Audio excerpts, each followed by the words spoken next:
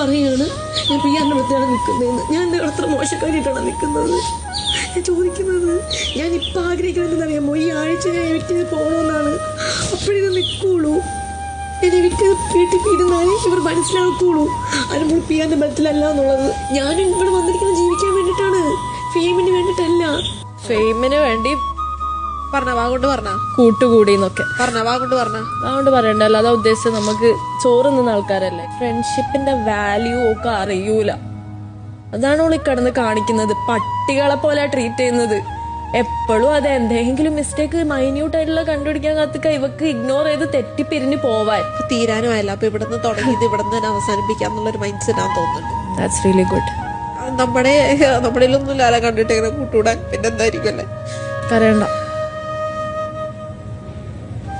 നമുക്കെന്താ ഒരു വിലയില്ലേ കണ്ട ഒരു ഫെയിം കണ്ടിട്ട് കൂട്ടുകൂടാൻ.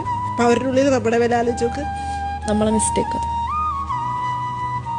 It's okay. ഇവിടെ തീർന്നിട്ടോ.